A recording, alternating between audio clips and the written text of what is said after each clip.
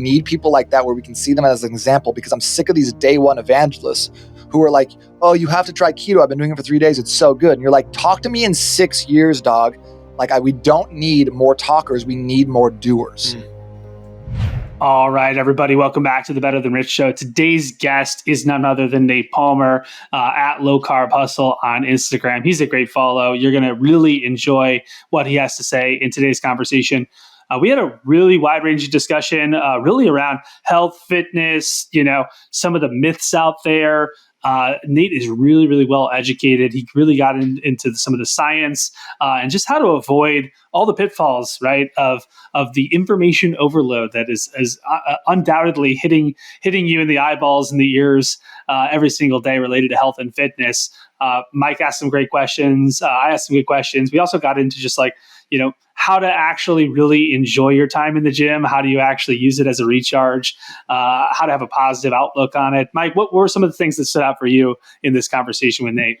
I loved our conversation around carbs, fiber, sugar, and just how to leverage some of those and what are some alternatives. So it was really a fun conversation. I think you'll really love it. So Nate Palmer, the $1 Million Body Method, definitely get ready for a great episode. All right, without any further ado, we will send you on your way. Enjoy this episode of the Better Than Rich Show with our guest, Nate Palmer.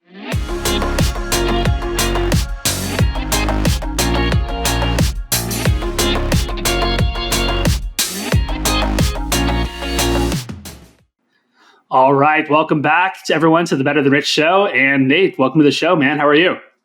Bro, I'm doing awesome. I'm having a fantastic day. It's Monday. It's before Christmas. We're getting after it. I'm so happy to be here too. I love it. You always bring the energy. That's what I love about you. And, I know John in Austin, we were all hanging out a couple weekends ago, made the joke that, someone went through a workout with you and was still sore a few years ago. I would say I was still sore at least for a week after that workout. So I appreciated it. And also I was like, this guy wants to be on my podcast and I'm sore for a week. I'm just playing with you. But that just shows just how good you are, man. For the uninitiated, introduce yourself a little bit, obviously Low Carb Hustle on Instagram, and you have the podcast and everything that you're up to, but yeah, man, what do you kind of specialize in from your perspective? So my name is Nate Palmer. I am a health and nutrition boy, I guess, you could say. I've been doing this since 2008. So I started off as a personal trainer back in the day. Generally speaking, kind of my foray into exercise and nutrition becomes from not being happy with who I was, being skinny fat my entire life, trying to gain muscle and lose fat and, look jacked like all the magazine. I grew up in the 80s. I wanted to look like Schwarzenegger and all the action heroes then. So I remember a specific time in high school. I don't know if this is what you're asking, but there's this girl that she came up to me, Christine Jeffries. Hottie, right? And she's like, yo, show me your arms. I was like, all right, Christine, yes. I'm like, you want to talk about Big Dub Diesel? You want to talk about the boss? And she turns to her friend and she goes, see, I told you his arms were smaller than yours. Ooh. Dagger, right? And I just remember that being a moment where I was like, okay, well, I guess I'm going to work out for the rest of my life or just not. So I tried all the diets. I did all the workouts. I did P90X and Orange Theory, and nothing seemed to work for me. And so so much so, I literally got a job in a gym as a personal trainer, still kind of rocking the same skinny fat idea, just because I was like, I got to figure this out. What my identity and my value in life is dependent upon this sort of thing. So then in 2014, a magazine had hit me up, Breaking Muscle, and they were like, hey, can you write an article for us about fitness and nutrition? And I was like, sure, do that all the time. And they're like, but we want you to approach it from how do you develop all day energy rather than how do you lose fat, build muscle, that sort of thing. So I'd never really gone down that road before. So I started doing some research, reading a bunch of different studies, talking to different people. And what I found was super surprising. It was that when you started prioritizing daily energy in terms of your fitness and nutrition, rather than focusing on cutting carbs, depleting calories, tracking macros, you actually ended up with way better results way faster. So it was at this point when I started changing my diet to sort of fit this that I was like, oh, wow, it's actually working. Something's actually kicking off. And I started developing the body and the mentality to match it that I'd always wanted. And so from there, my mission became, how do I teach people how to develop that energy in all things that they do so that they can get off the diet and exercise roller coaster, stop gaining and losing the same 10 pounds over and over again, and just have a ton of energy all the time and look and feel the way they want. Because I think there's so much power there. Most of the people I talk to are, it's like guys like us, we're entrepreneurial dads, we're parents, we're busy. We have so much stuff going on that like fitness is nice, right? Rocking a six pack would be nice, but really it's like, how do I show up huge in my business as a leader? How do I show up huge as a leader in my family, in my community? And for all those things, energy is everything. Nice. That's awesome. And I think, I love this approach, like all day energy versus like, just trying to look at the physical, just trying to, lose 10 pounds and gain it back and all that, the common trends that you see people have. So what were some of the big distinctions you had around all day energy, that are maybe like, little secrets that you uncovered that maybe the rest of the world isn't quite hip to yet? What would you say to that? One of the biggest ones is this whole 6 meals per day myth. Right? That, do you know where this came from, by the way? You've heard this, right? Keeps your metabolism high. I don't know where it came from, though. What is it? Like Weight Watchers? I have no idea. The brand Metrix, MET-RX? Yep. Okay, so in like 91, they came out with a protein powder, tasted like chalk. It was awful. And in order to sell that, they took the De Beers route and were like, what you need to do to get muscles, right? You need to eat 6 times per day. And 3 of those, by the way, should be protein shakes. And by the way, we happen to have this great protein shake for you to take. So They created a whole marketing campaign around 6 meals per day. And now we're just eating that shit up, right? We're like, 6 meals per day, tilapia and broccoli, eat a bunch of snacks. And that is one of the things that is going to crush your energy the most, because when you are eating all the time, what you do is you actually pull blood from your brain, you pull it from your appendages, and you pull it into your gut.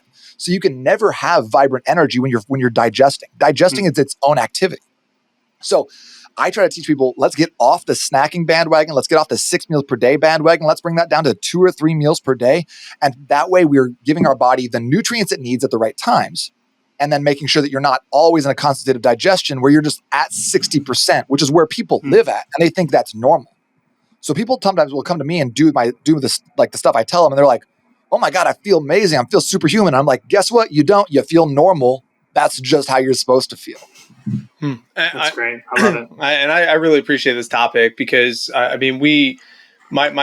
whole family was bodybuilders. My dad was a bodybuilder. My older brothers were bodybuilders. My sister's real into yoga, and I was like, 50 pounds overweight going into high school. I was a big boy. So I love the health topic because this is something I've been very curious on for a majority of my life because I've heard about it, but for some reason there was a disconnect. So I would love to hear from you of like, if there was someone listening, me, who has this disconnect on what I'm consuming versus what I know. Like, it's like, I know what to do, but sometimes I don't necessarily follow through. And oftentimes like habitual patterns settle in or momentum begins where it's just like, let me just stay in this pattern. So what are your thoughts on pattern interrupts? What are your thoughts on just like how to shift the momentum? Anything under that topic, I'd be interested. Yeah. And it's not just you, Mike. I ate half a bag of Sun Chips last night before bed. So, might as well get all the confessions out here. So, Nate, help us. Hey, while we're on it though, I did have a chocolate chip cookie last night and it was incredible. There we go. Yeah. Just one. I only baked 2. My wife got one and I got one. I would have eaten hers if she wasn't around though. That's a fact. Yeah. Me too. So going back, I think you asked 3 really good questions. Like A, what's a pattern interrupt? B, how do we aggregate small wins to ensure that our momentum is positive direction and not negative? And then C, like what are how do we in the moment make better choices? So first thing I think is the easiest one is like, how do we in the moment make better choices? We have to ask better questions. And so I think this is very superficial level because, if we don't talk about identity and some of the environment, we're not going to really be able to ask this question appropriately. But I'll say this, like when you go to eat those Sun Chips or when you're going to eat that chocolate chip cookie, ask yourself before you put that in your mouth, what do I want from this?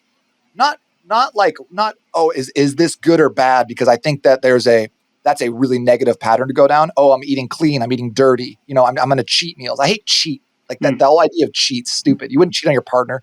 Why would you cheat on your diet? Like that's stupid. So making those choices consciously is really huge. So like at night, when I eat carbohydrates at night, I make that choice consciously, because the way I set my diet up, I eat all my carbohydrates at night, and it's totally fine. It's awesome. It allows me to fall asleep deeper, and I wake up with a lot of energy, and I don't do it during the day. So that's a choice I've made. And so when I go to eat a bigger meal, Chipotle, have dessert, have a couple drinks, whatever else, I've done that intentionally. The second question is like environment, and how do you set yourself up in a way that facilitates the decisions you want to make? Well, number one is, if I don't want to eat chocolate chip cookies, if I'm trying to like cut some weight down, can't have that shit in the house. Because if there is a baked good in my house, if there's banana bread in the fridge, guaranteed that's going inside of inside my mouth. It's not an option for me to not eat it. I have very limited self-control with that. So self-control for me starts at the grocery store, and that's hard this time of year, like during the holidays, when people are just like candied here, whatever else. So don't be afraid to throw that shit in the garbage. You don't want to eat Sun Chips, put it in the trash. Like that's really the only solution, because I think that especially later on at night, there was a study they did, and it was with chocolate chip cookies, by the way. They put a chocolate chip cookie out on a counter, and during the day, all day long, there was about an 18% chance that someone was going to consume that chocolate chip cookie. And about 6 p.m. on, that flip-flopped to about an 88% chance that cookie was getting eaten. So just don't put yourself in environments where there's a chocolate chip cookie staring you down, and you have to white knuckle your way to success here, because guaranteed you've been making decisions all day. You've been parenting. You've been, like you get down with your day and you're like, I don't have any like muscle left to flex on my willpower. I'm going to eat the cookie. So don't put yourself in a position, because the house always wins. The cookie always wins. So get rid of that. And that's going to make like setting up the environment like just so much easier. And then also kind of, Mike, what I liked about you said, like pattern interrupts. Like if you think about your living room, right? It's, you sit down on the couch. What are you most likely going to do? In my living room, read a book, because there's a stack of books, but I set it up intentionally to your point. But if I'm in the TV room, it's going to turn on the TV. Yeah. Okay. Perfect. And that's amazing. For me, my living room, all the things in my living room face the TV. So if I sit on the couch, the TV goes on, because that's what the environment points to. So if we can set up our environment in a way that facilitates the outcome that we're looking for, like clearing out like the easy level snacks, putting stuff a little bit harder, like it's harder to get to, even just adding a little bit of friction to those things that we want to make harder, and then adding some and lubing the process on the things we make easier, like stacking your gym clothes in your bag, going on the way home from work rather than going home and then trying to go to the gym after dinner. How do we lubricate the process and the things that we want to prioritize, and how do we add friction to the process of things we want to eliminate? That's awesome. Yeah, I love this, and I think it's interesting. I don't know. Maybe we can link to that study around the when at night it flips over, and I guess that's just because of just the decision fatigue, and you're just tired. Kind of that idea. Yeah, that makes a lot of sense. And I can attest to Mike's point. I mean, there are books literally everywhere around his house, and it's one of the things that inspires me every time I'm there. Because it's like there's just stacks and stacks and stacks. So you can't avoid it. You can't even go to the bathroom without encountering self-help at Mike's house, which is good. That is true. So this is this is great. What is skinny fat? I hear this term thrown out there. Like, what does that even mean? Like, what is you said like I was skinny fat. What does that mean from a fitness perspective? So I don't know if there's like a globally accepted definition, but in my case, what it meant was small arms, big belly. Belly sticking out, not like, so I look good in a shirt, look fine. No one would have ever called me fat. But I like every time I would go to like the pool or take my shirt off, I was like, feel that good, So sure, it was just kind of like, it was no definition, small arms, and then kind of like a love handles and a belly in my case. Got it. Thanks for clarifying it, because I hear that thrown out there. But help me understand, what are some of the other like little, what do you think are some of the biggest myths or misconceptions besides the 6 meals a day that people are kind of currently trying to operate on from your perspective? And maybe, you could talk about low carb. It sounds like you do eat carbs, but you just eat them strategically. So what are some of the other big things that you kind of harp on and think are like the big keys to having that all day energy and ultimately leading to that physique and, look that you want to have as well? So I feel like there's a saying that people have that says eat breakfast like a king, lunch like a prince, and dinner like a pauper. Have you heard this? No. It's just another idea around eating. But basically it's like eat a big breakfast and then, eat a small dinner. And I like to flip flop that. And so I like to think about energy in the way of like, if you want to get more done, eat less. So you'll actually have more energy and more mental acuity, more cognition when you're fasting than when you've just eaten a big meal. Think about this. It's like, think about like Thanksgiving Day, just finished dinner. Detroit Lions are sucking at football, right? I guess Detroit fans. And you sit down on the couch and someone's like, Andrew, you want to go play pickup basketball? What are you going to say? Probably not. Sorry, Let's just watch the game. Yeah. Unbutton my pants and chill out, right? Yeah. Like if you think back to like evolutionarily, like the time we were most likely to go hunt a woolly mammoth was not right after a big feast. It was not right after we ate. And the reason for that is when we are a little bit hungry, what's cool about it, we can reframe those slight hunger signals as energy bumps, as like being more in tune. Because when you're a little hungrier, what's like your brain does crazy stuff. You start getting more neural synapses connecting. You start getting better hand-eye coordination. You start getting better short-term to long-term memory, like cognition.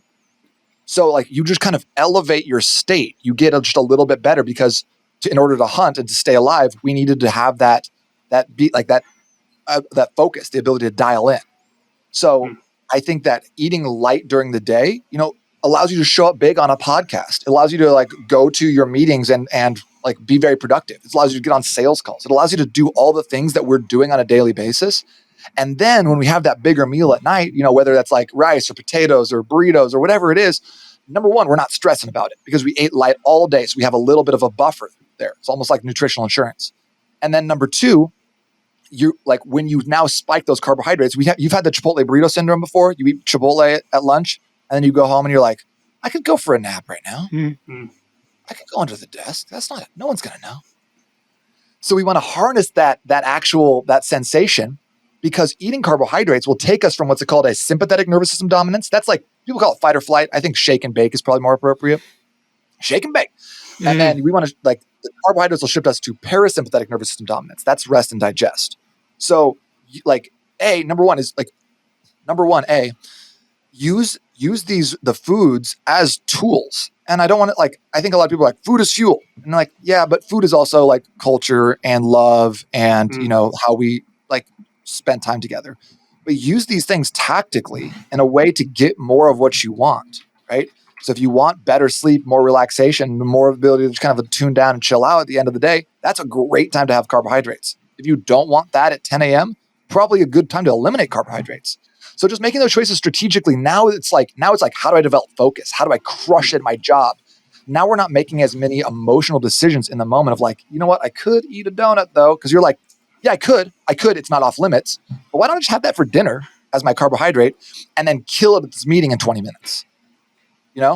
Michael Jordan, before a basketball game, a lot of guys would eat carbs. He would eat a big steak an hour or two before because he felt like carbs would weigh him down. So it wasn't like it was off limits. It was just like, how does he optimize his performance on the court? So he would go with like a higher protein, higher fat meal for that sustained longer term energy. I have a question around this, Nate, around carbohydrates, because there is this like terrible stigma with carbs in our society. It's like no carbs, low carbs. But then there's some carbs that are actually really good. Like what you're saying is, if it's used the right way, intelligently. But there's the carb that I really want to talk about. I want to talk about sugar, okay, specifically, because I think sugar is the carbohydrate that gets the worst rap out of them all. And I think there's evidence to show that why it gets the worst rap. But so my curiosity around sugar, and then I do want to talk about fiber as well. But sugar specifically, you got sucralose and all these alternative sugars, stevia, all these things that are really, I mean, I guess they're better than sugar into some lens, but they're not. Like there's this whole thing around sugar. I want to hear your take on this, because man, I am all sorts of confused on what to put in my body and not what to put in my body. Fructose, it's like, well, that's sugar, but that's, good sugar. It's fruit. It's fruit. Is it? Oh, yeah. What is it? So yeah, I'd like to, if you could just jam on this whole understanding of sugar and just riff on everything I should know. Because right now in my journal yesterday, I wrote, I'm going to try to do 250 days with no refined sugar. Like that's what my goal is for next year. And that's what literally happened in my journal yesterday. And I'm like, let me anchor this in even more, so it's perfect timing for this conversation to happen. Cool. Yeah. So you're right. There's a couple different like philosophies on this, and I have my own, but I also have some curiosity around this because I don't think my understanding is fully complete. Okay. So first of all, most carbohydrates break down into sugar, right? So whether you're having a sweet potato or a white potato or white bread or a donut or Captain Crunch, whatever it is, it breaks down in your body into glucose and then glycogen. So your body processes it down to this form of glycogen. So whether it's high fructose corn syrup or fructose from fruit, it processes it down into glycogen. So at the cellular level, it's all about the same. And so in your muscles, you can hold about 11 grams of glycogen per pound of muscle. In your liver, you can hold about 110 grams of glycogen. Okay. So the method that I like to talk about is called glycogen priming. So basically, it's like all day long, you empty out your glycogen stores in your body, and then at nighttime, you can refill them. So that way, none of that's going towards stored fat. So with this method, like ostensibly, you could eat a potato, or you could have 2 slices of toast, or you could have a big bowl of Cinnamon Toast Crunch. And they're all going to give you similar results. However, the potato is going to have more micronutrients, vitamins, and minerals. It's going to give you a better satiety. And the Captain Crunch is going to give you a little bit more of like a bigger spike in your blood sugar. It's going to allow or tell your body, hey, we should get some more sugar in us, because that fast process, like you talked about, Mike, the refined sugar, that can lead to more cravings later. So if you've ever woken up and had like a high sugar breakfast, you'll notice that all day long you just want a little bit more. You want another hit of that stuff. So not really the case with a baked potato though. So like that's first and foremost, that's like from a cellular level, that's what happens. Secondly, when we're talking about like sugar versus sugar substitutes, here's my opinion, and that's just it. That's just my opinion. Right now, based off of the research that I've done, based on the studies that I read, I find like aspartame and some of those other sugar substitutes to be fairly innocuous. Are they going to have long-term repercussions? Are they going to be carcinogenic in some capacity? Possibly, but I don't have enough research to say, yes, avoid them at all costs. Is it probably better to not have them than to have them? Yes. Is it probably better to have them than to have a big Coca-Cola, have a Coke Zero than a Coke? Yeah, I think so. If you can avoid having 40 grams of sugar and instead have 0 grams, I'm a big proponent of that. So a lot of people are like, oh yeah, to have like a regular Coke is better than a Diet Coke. I don't see the research to support that. I could be wrong, and I'm open to learning more about that. But from my opinion, 0 calorie things are always going to be my preference over the high sugar like substitutes. And then like on that note, I'm always going to prioritize things that are natural, things that grew at the ground at one point. So like you're talking about your potatoes, your sweet potatoes, your fruits. I think those are always going to be much more appropriate and a better alternative than eating the refined sugars, because those are going to give you a faster spike in blood sugar, and they're going to create more of those cravings. So I'm a big fan of fruit. So I eat a lot of fruit at dinner. I've been eating like primarily like a meat and fruit diet, just because A, I like both those things, and B, I just wanted to see what it feels like, and I feel great all the time. So did I miss a no, piece? that's great, because ultimately you're speaking to what my hypothesis is like, if I loaded up my fridge with like honeydew, watermelon, grapes, these really sugary fruits to offset my desire to eat there's literally chocolate chip cookies. We had a friend give us chocolate chip cookies on the counter right now.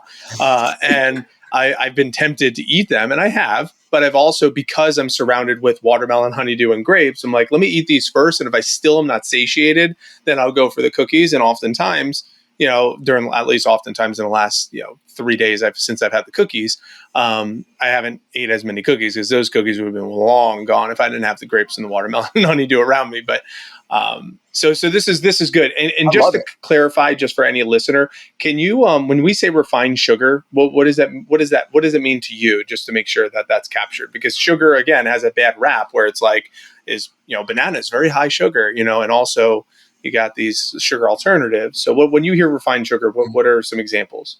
And then I want to ask you about fiber. When I hear refined sugars, I think like I go instantly to anything that comes in boxes or bags, right? Like it's all the middle aisles, right? So refined sugar to me can be like a Triscuit or a cracker, right? It can, because like food scientists are malevolent geniuses, okay? like all these big food conglomerates pay scientists so much money to develop products that hit our like the pleasure centers of our brain. And people are like, oh, it's the same as cocaine. It's not quite the same. Speaking from, I know I have a friend who told me that, but anything like that is going to combine sugar, fat, and salt, and those three things in conjunction are going to really light up and give us a big dopamine hit. So, did you know that McDonald's sprinkles sugar on their French fries?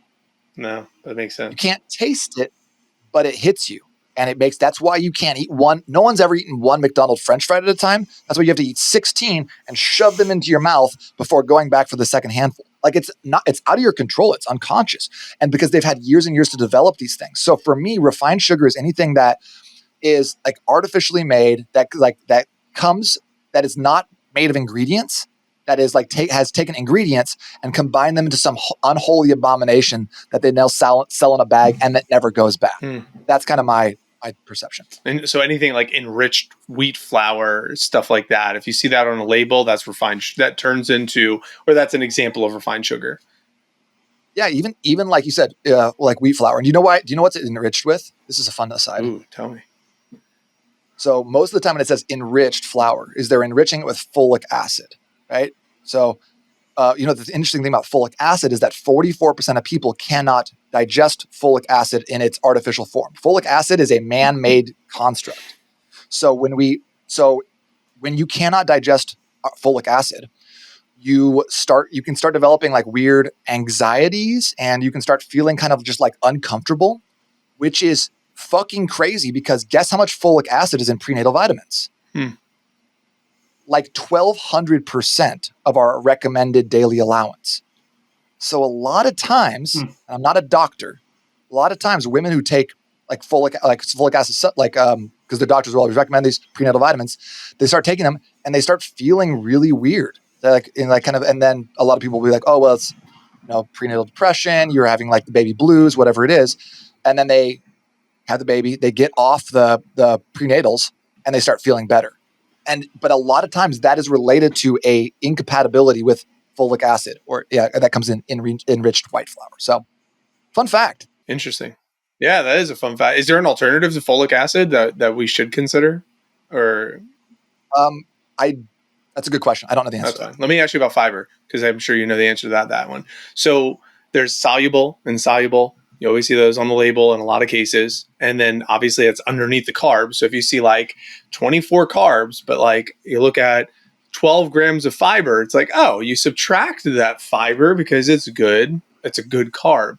Is that the case? Is that truth? Or is that myth? And can you speak to that a little bit? And what does fiber do for the body?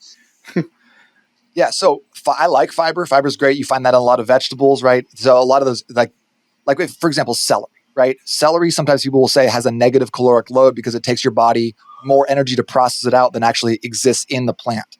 So celery is filled with insoluble fiber. You find it in your teeth as you eat it, right? But so what's happening is that like this will pass through your digestive system, through your small intestine, your colon, and it'll actually sometimes pull out other stuff that gets trapped in there. So fiber can have a really positive effect.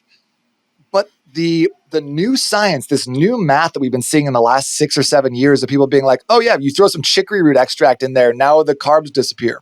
It sounds like a load of horseshit. And I don't know quite enough to be able to fully negate that. But I always tell clients, hey, if you want net results, talk about net carbs. If you want total results, talk about total carbs. I don't think that by sprinkling some fiber into it, you suddenly negate the sugars that are in there. I think that is like marketing at its finest, and I don't think the FDA knows enough to be able to put that together and be able to put the kibosh on that. So avoid the things that say like, oh, it's keto, and then you look at the back and you're like, that's 42 grams of carbohydrates, but somehow you got a little bit of sawdust, a little bit insoluble fiber, and it's not carbs anymore. That doesn't make any sense. So yeah, that's like the sugar alternative and the fiber. You get those two, and it's like, oh, you're able to subtract those two from the carbs. It's like fake math. I just don't know that many people I think success leaves clues, right? And I don't know a lot of people who are very lean and very muscular who are like, oh, I'm only eating net carbs. It doesn't even matter when I'm having these things. You guys talked to Ben last a couple weeks ago. I don't think Ben is eating a lot of is doing a lot of net carb math. Good point. Yeah.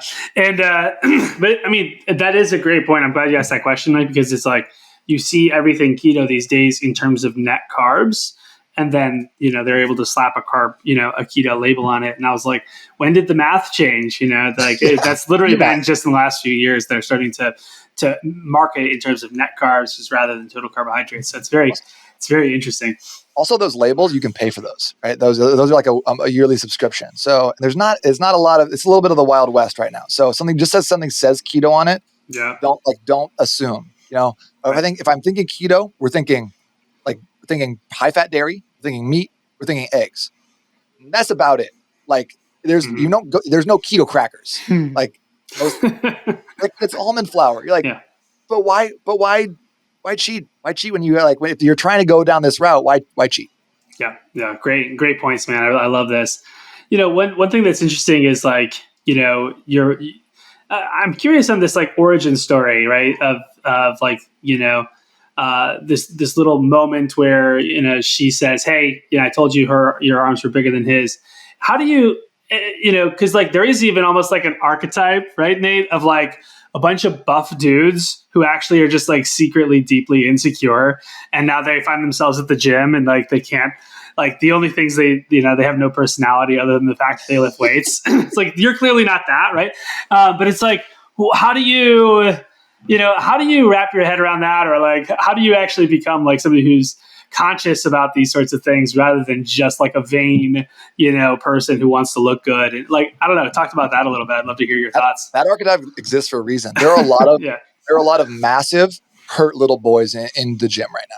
The guys who haven't dealt with their stuff, haven't kind of explored that, and are using their big muscles to mask. And I was definitely one of those, although I was never massive. So I was just a wannabe massive person using that to mask my deep insecurities. And because I thought if I had enough muscles and tattoos and my beard was long enough, no one could ever hurt me again. And I think that's the mentality.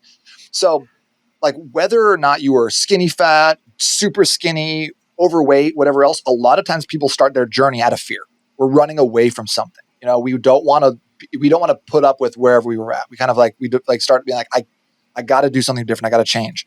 But I think that if you keep that mentality and you stay fear-based for your entire life, you're never going to make it to this positive, personal development style of exercise.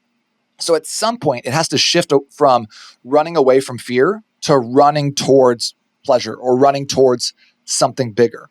And I think for me, that switch happened at the same time as I started playing with this diet, where I was stopped being so afraid that I was not gonna no one's gonna like me, or everyone's gonna think I was weak, whatever else. I started to be wow, when I eat like this, I feel like I can bring everyone around me up.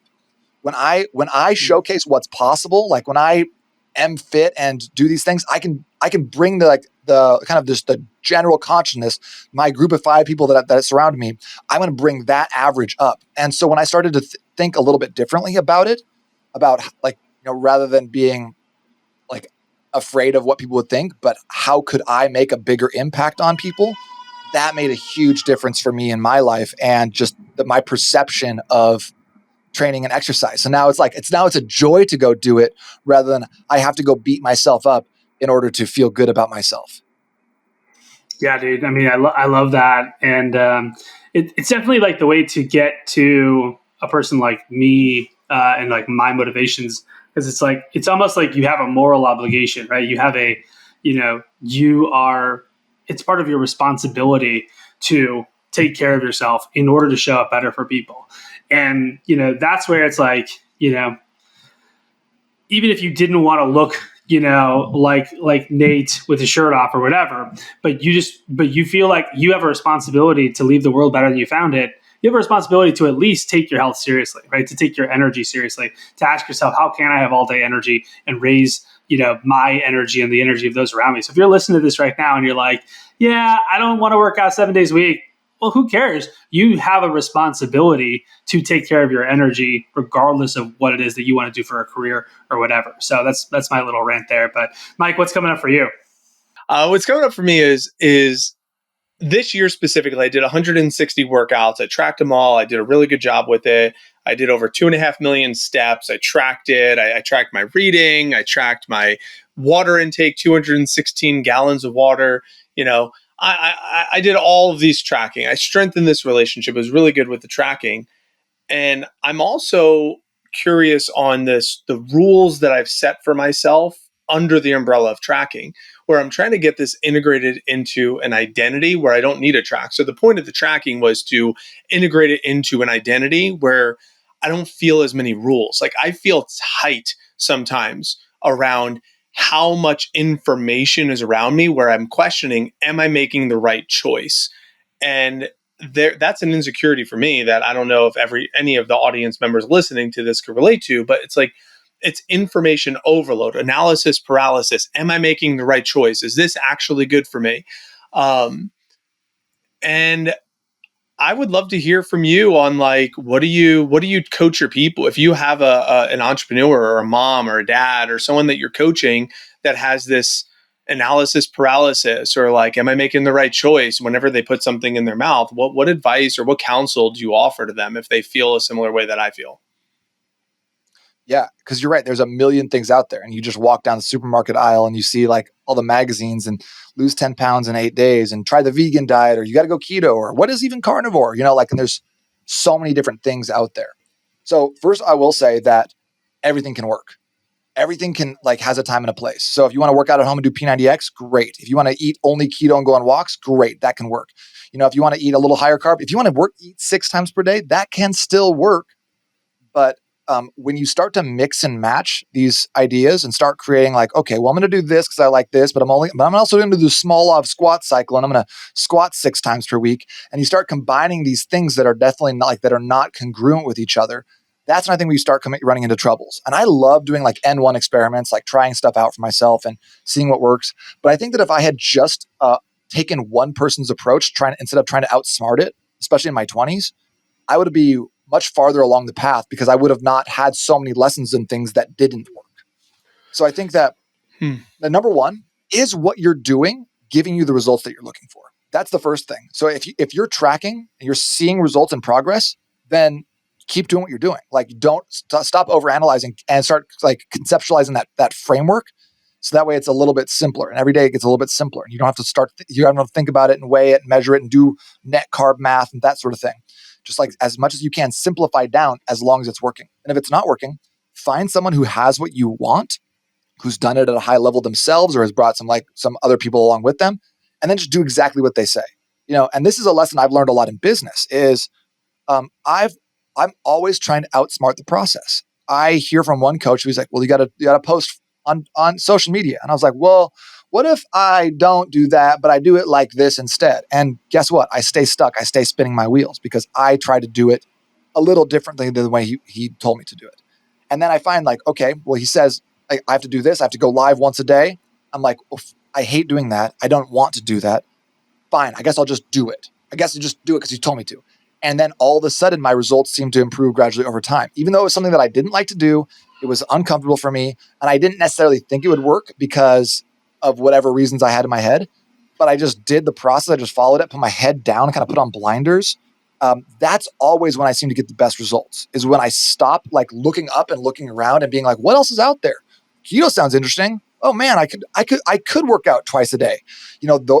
That's when I spin my wheels, and when I just have someone tell me what to do and just act like a 6-year-old. I guess not a 6-year-old because 6-year-olds are bad at following directions, but just do what I'm told and stop trying to be so smart. That's when I can see my best results in fitness, in business, kind of in all areas. And that aligns with what Big said about the responsibility. It's like if we show up as we have a responsibility to leave this world better than we found it, and leave today better than we found it, then our responsibility is not necessarily to be the best or make the right choice. It's the responsibility to make a choice and follow through and commit to that choice, whatever that is. If I'm hearing you right, if I receive that, where it's like, okay, I'm going down this path. Well, keto, it's steps or whatever it is. These different. I'm going down this path, and I'm going on this path until. What would be the until? How do you know if it's like you said? Is it giving me the results that I want? Well, how long do we wait to see if we're getting those results? Is it 30 days? Is it 60 days? Is it a year, 12 months? Like I committed to 12 months for that process. And now the 12 months is up. It's like, cool, what is my next? That's why I mentioned with the refined sugar is my next move. But how long do you encourage someone to wait and to see their results? And I'll kick it to Biggs. Yeah, that's a good question. And like, I just kind of wanted to like go back to what like the other aspect of what I think is important there is humility, right? So when I come to you guys and I'm like, hey, I'm an operator, I want to go to be an owner, and you're like, all right, you need to hire someone. And I'm like, but I do it better, right? Like it's not like, and I can't let go of control. I can't see control in certain environments. I'm never going to complete your system, and I'm never going to get the results that you told me I was going to get because I couldn't let go of that thing and start and just have the humility to show up and be like, just tell me what to do, man. So, and then to your question, Mike, about how do you see results, or like what is the end goal? Because like at the end of the day, fitness is an ongoing process. You know, like in my opinion, I'll never have a perfect squat. I could work on my entire life. I work on it every single day. I did squats today, and they weren't perfect. And there's always something I can adjust. So, like the road is never ending. It's like how far do you want to go along those?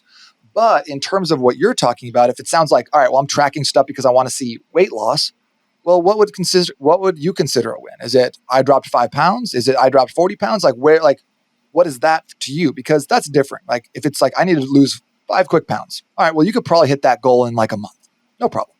You're like, I need to drop 100 pounds. This is like a lifestyle change I need to make. You need a lot, at least a year, probably more like 2 years. And the reason for that is because I think that number one, you need to lose the weight. And then number two, you need to maintain the weight loss, which is a very unsexy topic that no one talks about because it doesn't sell books and magazines. But if you don't reset your body's natural set point, it's going to be like, it's going to hit you with the biggest loser, which by the way, 99% recidivism rate on that. Like everybody gains their weight right back because they don't let it sit long enough for their body to actually be like, okay, I exist at 180 pounds now rather than 280 or whatever it is. So that's like resetting your body's natural set point. Very, very important. So I like to have a little longer runway. So previously I used to sell like 3-month programs. Now I'm trying to make sure that people know like, hey, this is at least a year-long process. Even if you're trying to lose 10 pounds, you probably still need to allot a year to be thinking about your fitness and to be like involved with this. And then the last thing I'll say on that is that one metric that I think I can say like globally applies to everybody in terms of how do you have vibrant health? How do you make sure your body's processing carbohydrates correctly? How do you make sure that your energy is on point? And that's the waist to height ratio. Waist to height ratio. And you measure your waist at your like narrowest point of your belly. So like an inch, half inch above your belly button. And then divide that in inches by your height. And once you get that number to about 0.46, I found to be the magic number, what that tells me is a couple things. Number one, your visceral fat levels are lower. And visceral fat is the fat that goes around your organs. It's underneath your skin, people go like, oh, I've got some fat to lose here. That's subcutaneous fat. It's pretty innocuous. Maybe you don't like it. Doesn't matter. It's not going to hurt you. Visceral fat's the next level. That starts wrapping around your organs. It starts releasing cytokines, which are like very, like not toxic, but inflammatory causing. So they can cause more inflammation. They can give you like feelings similar to arthritis. So the more visceral fat you have, the worse you're going to move, the worse your knees are going to feel. But visceral fat, again, is a protection mechanism for your body because after you have enough visceral fat, your body starts developing organ fat, which is so like fat starts creeping through your kidneys and your liver. So that's when you start developing fatty liver disease. More as an aside, so they did a study, maybe it was just like a kind of an amalgamation of information, but people who needed a new liver, they would go to friends and family and be like, hey, like anyone can donate part of a liver because you give them part of a liver, it can grow back. And of the people who raised their hand and said, yes, I am healthy enough to donate part of a liver. So this is a group that is self-selected that says, I am healthy enough to be able to donate, right? So not people who are like 350 pounds, not people who are alcoholics, right? So it's already a group that's self-selected down to pretty healthy. I'm fine. 80% of those people were not eligible to be donors because they already had some sort of onset of fatty liver disease. This is an epidemic. This is crazy. Okay. So once you start having that, your body starts shutting down. Your metabolic functions are not working as well. You're not processing out toxins as well. Your liver's not working quite as well. You're not getting the insulin sensitivity. So your body is stacking more fat into fat storage rather than putting it into muscles. So it's this whole just negative downward spiral. So that's why I think the 0.46 of waist to height ratio is critical if you want to lead a long, healthy life that's free of toxicity, inflammation, and that gives you the ability to have like eat your food and be able to process it appropriately. I think that's kind of a non-negotiable. So I was to push people towards that first. Like, you want to bulk up, you want to gain a lot of size, great. Let's get the waist height ratio to 0.46, and then your body will be it'll be much easier for you to gain muscle long term. It's awesome, Yeah, man. it's interesting. Yeah, this is super good and some really good stuff for us to consider. So I love where your head's at, and I know right after this podcast, I'm going to grab the tape measure, that my wife has, and we're gonna do a little math. So tell me about personal life. I'd love to maybe dive in on that. Like, you obviously a father as well. You're a business owner. We had an opportunity to hang out, the three of us and 97 other dudes in Austin for a weekend and go to the Front Row Dads retreat and have, an incredible transformational experience, as fathers, as men, as business owners, and all of the above. Like, how do you manage all of that and, find a way to hit the gym and be healthy and do all these things? What are some thoughts there that come up for you? So I found that as I become a father, it almost became more important for me to have my physical health be on point, because like now I have a 4-year-old daughter and a 2-year-old son, and they're both a little bit like, they're both animals. They love to play, they love to run, Yeah. they want to be active all the time. And I found if I don't have my physical health on point, like if my cardio is not there, like I can't show up like the father I would like to be. So I think that, having some time to myself to like decompress, put some energy out. I think the gym is still I know a lot of people don't love the gym, but I feel like for me, it's a place where I can expend energy and kind of get some refill my cup. And having that is critical for me to show up big for my family. So if I don't have that in my life, I'm shorter tempered, I'm less patient. My body doesn't feel quite as good. So if that means I have to wake up earlier than everyone else, go to the gym and come back so I can still take the kids to school, then that's what it's going to be, because it's not an option for me at this point. It's something that has to happen because I know the value that it has, not just for me and my health, but for the health of my family and the ability for me to be the man that I want. Have you experienced, I'm assuming you have, like, I think about the listener hearing that. It's like, I don't really feel like doing that shit, man. Like, I'm tired, that sounds great in theory, Nate, but that's just not going to happen. You don't understand my circumstance. Like, I have this going on and I cannot make that happen in the mornings, and I can't do that as, like you. What would you say to that person who might be listening? If it's a dad or a mom or anyone that's like, good for you, buddy. I'm glad you can do that. Yeah. And I get that. I get that a lot too. People like, there are people who are way busier than me. Right. And I get that. And I'm blessed to have my own business, and I can finagle and set the rules and like mess around and do stuff. And that's a huge blessing in my life. I love it. But I also have people who are busier than me who are getting this in. And when I say like, you need to exercise, you don't need to go to the gym and do a squat workout.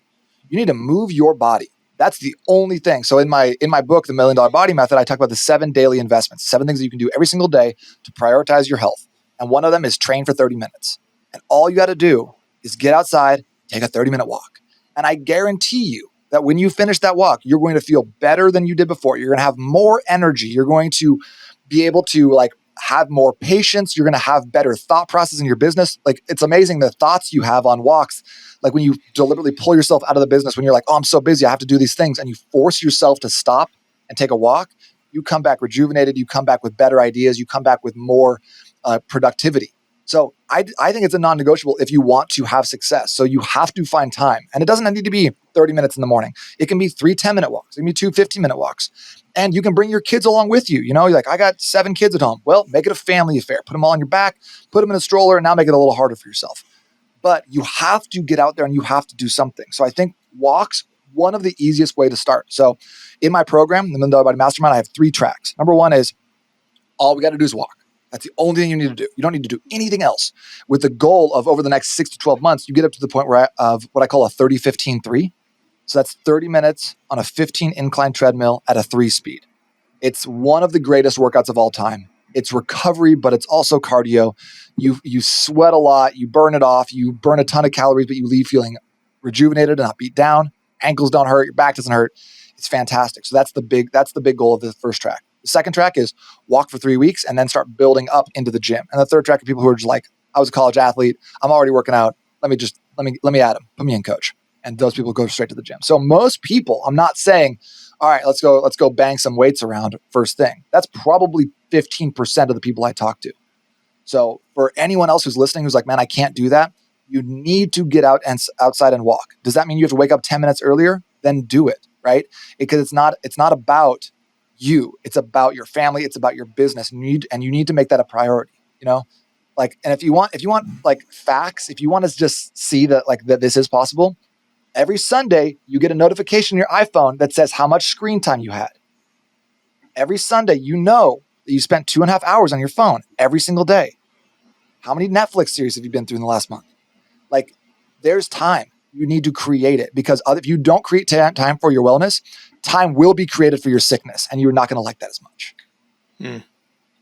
Yeah, and I love it, man. It's simple. It's simple to do, but it's simple to neglect. And Andrew and I have riffed on this so many times on like our earlier episodes, and that's really what we want to inspire. So, listener, I would encourage you. It's just like what Nate's saying is just start. It's just start. I think the movement, the walking.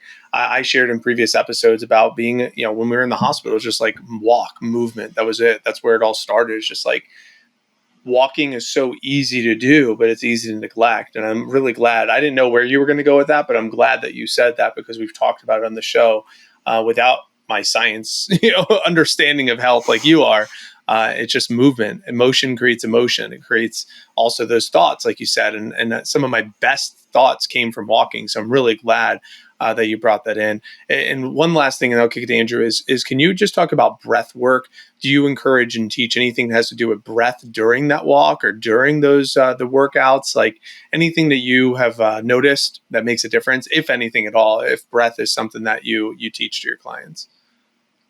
So I haven't really delved into breath work as far as what I teach to clients. I have a practice where every morning I try to get in a minimum of 10 minutes of breath work myself.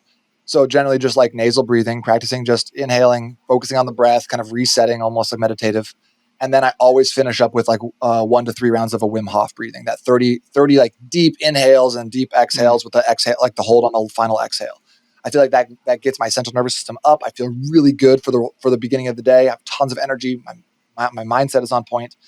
And then in terms of the gym, what I like to do is I like to prioritize nasal breathing. I read a book called The Oxygen Advantage that I thought was incredibly powerful. It talked about how even though we don't get as much oxygen when we breathe through our nose, oxygen only releases in the presence of carbon dioxide. So if you're taking these big like mouth breaths, you can get like 98, 99% oxygen perfusion in your blood, but you're not going to get as much of that oxygen to release. On the flip side, when you have 94%, 95% oxygen perfusion from nasal breathing, that 5 or 6% of CO2 in your blood forces the oxygen to release. So you actually get more more oxygen to your tissues with the nasal breathing. So I try to focus on that during my time in the gym. Try to keep my mouth shut as much as possible. And I'm actually right now for the Low Carb Hustle podcast, I do 30-day challenges a lot. Like I said, the N1 experiment's my favorite. But I'm doing a mouth taping at night. So I take a little electrical tape and I put it over my mouth. And then I put my mask on, and my wife is like, do not look at me. You look so weird. So I've been trying that out, and I've been tracking it on my Oura Ring. So I'm going to kind of have my the data wife there Lindsay to see has been taping her mouth for like the last month, and legitimately like has her mouth taped when I'll come downstairs, and I'm like, you look so weird, dude. Like, what are you? Like a hostage situation. I didn't know this was a thing. That like people are literally taping their mouths shut. Yeah, huh? yeah. That's like. So, and there's actually tape, specific companies that make tape. So I just messaged a company called Hostage Tape, and they're going to send me some to try out for the challenge. There we go. Okay, cool. Well, we'll include the link to some hostage tape in the show notes if you want to hit it up. If you have an affiliate link, send it over, and we'll include yours. You don't know if you could recommend it. Yeah, I can enough. say this black electrical tape is doing a pretty good job. Yeah, fair enough. Cool. Well, hey, we always ask our guests 3 powerful questions before the end of each episode. And the first one is, what do you think the world needs most right now, Nate? What would you say? I think the world needs leaders who are who shut the fuck up and showcase what to do with their actions. I think that there's a lot of talk. Social media breeds this. People standing in front of Ferraris being like, look at me, look at me. But I think with like the people that I admire the most are the people who stand up and live the life that they're actually promoting, right? And we need people like that where we can see them as an example, because I'm sick of these day one evangelists who are like, oh, you have to try keto. I've been doing it for 3 days. It's so good. And you're like, talk to me in 6 years, dog. Like we don't need more talkers. We need more doers. All right. Beautiful. Yeah, that's good. I like the passion there, brother. That's good. Second question is, what are 1 to 3 books that you think people should read? I know you mentioned The Oxygen Advantage. Well, maybe 2 or 3 others possibly that you think people should read right now. One book that I absolutely just love, and I read probably try to get it once a year, if not more, is Never Split the Difference by Chris Voss, the FBI hostage negotiator. And I feel like that's a book that's been brought up on the podcast before. Yes, it has, for sure. It's just so good. And his stories are amazing. And like, yeah, I just love the way the storytelling. I love all the things he talks about in terms of negotiating in your daily life. I just thought it was entertaining. It was actionable, and it makes you feel like you're kind of like this savant in normal conversations. You're like, I'm going to negotiate for that right now. So I'd say that one. And then there's a book called The Power of Your Subconscious Mind that I try to read once a year. I don't always read all of it. It gets pretty repetitive over the course of it, but there's different sections on talking about like finances or health or injury or whatever else. But it talks about how to speak to your subconscious mind in a way that can help you. It's a little woo woo, but like manifest the things that you want. Right. And I don't necessarily, I don't know where you stand on like the woo woo spectrum, but I know for a fact that how we speak to ourselves really matters. Kind of going back to what you talked about earlier, Mike, with your identity. And if your identity becomes like, just from a fitness perspective, like if your identity is always, I'm not an athlete, I've never been an athlete, and that's your subconscious talking to yourself all the time, then going to the gym is always going to be a struggle. You're never going to enjoy it. It's always going to suck. It's always going to take work and effort. If your identity is, I'm someone who works out because it matters, it's important to me, and it's it makes me better. Every single time I go to the gym, I get better and better. Then you don't have to worry about if you're motivated or not, because you know that it's something that you just do all the time. So I think that book is really powerful in just kind of teaching you how to speak to your subconscious in a powerful way. Awesome, man. Thank you so much. Final question. What does it mean to you to be better than rich? What would you say? Well, I think that being rich is great and gives you the ability to do a lot of different things, but there's not a lot of people in my life who I look up to and admire for their money, right? It's their generosity. It's their humility. It's their willingness to give back. So I think to me, being better than rich means that you take the people that are around you with you. You bring the median of the people you surround yourself with, of your circle, you bring everyone else up. And I think that, doing that through generosity, through encouragement, through pouring into others is critical to living a life that's better than rich. Well, Nate, thanks. Nice. Yeah, thanks so much. I have to ask you, I know you mentioned it a couple of times throughout, and I'm sure as some listeners listen to this episode, $1 Million Body Method, the podcast, resources, where could some of our audience learn more about you, what you're up to, if they want to reach out, they want to connect? What are some things that you could share with them? Well, if you want to check out the book, that's where I have the 7 daily investments. I have a 28-day plan for nutrition basically in there. Better Than Rich listeners can go to getnatesbook.com and just grab a free ebook there. It's also available on Amazon, and the Audible copy just went up like a week ago. So you can get it on Audible, you can get it on Amazon, you can get it for free, ebook, whatever you want. That's great. You can also find me at the Low Carb Hustle podcast. We talk about all things fitness, nutrition. It's not just banging down your throat with keto and low carb stuff. And then at Low Carb Hustle on Instagram. Those are the best places to follow me around. Great. If you'd like that. At Low Carb Hustle podcast, getnatesbook.com. Thank you so much for that, Nate. And listener, thank you so much for joining in. Andrew, thank you for being here. And assuming that this episode helped you, it's your turn, listener. Help others by sharing with a friend, subscribe on YouTube, leave a rating and review on Apple and Spotify. And as always, remember, leave today better than you found it. Till next time, we'll see you then.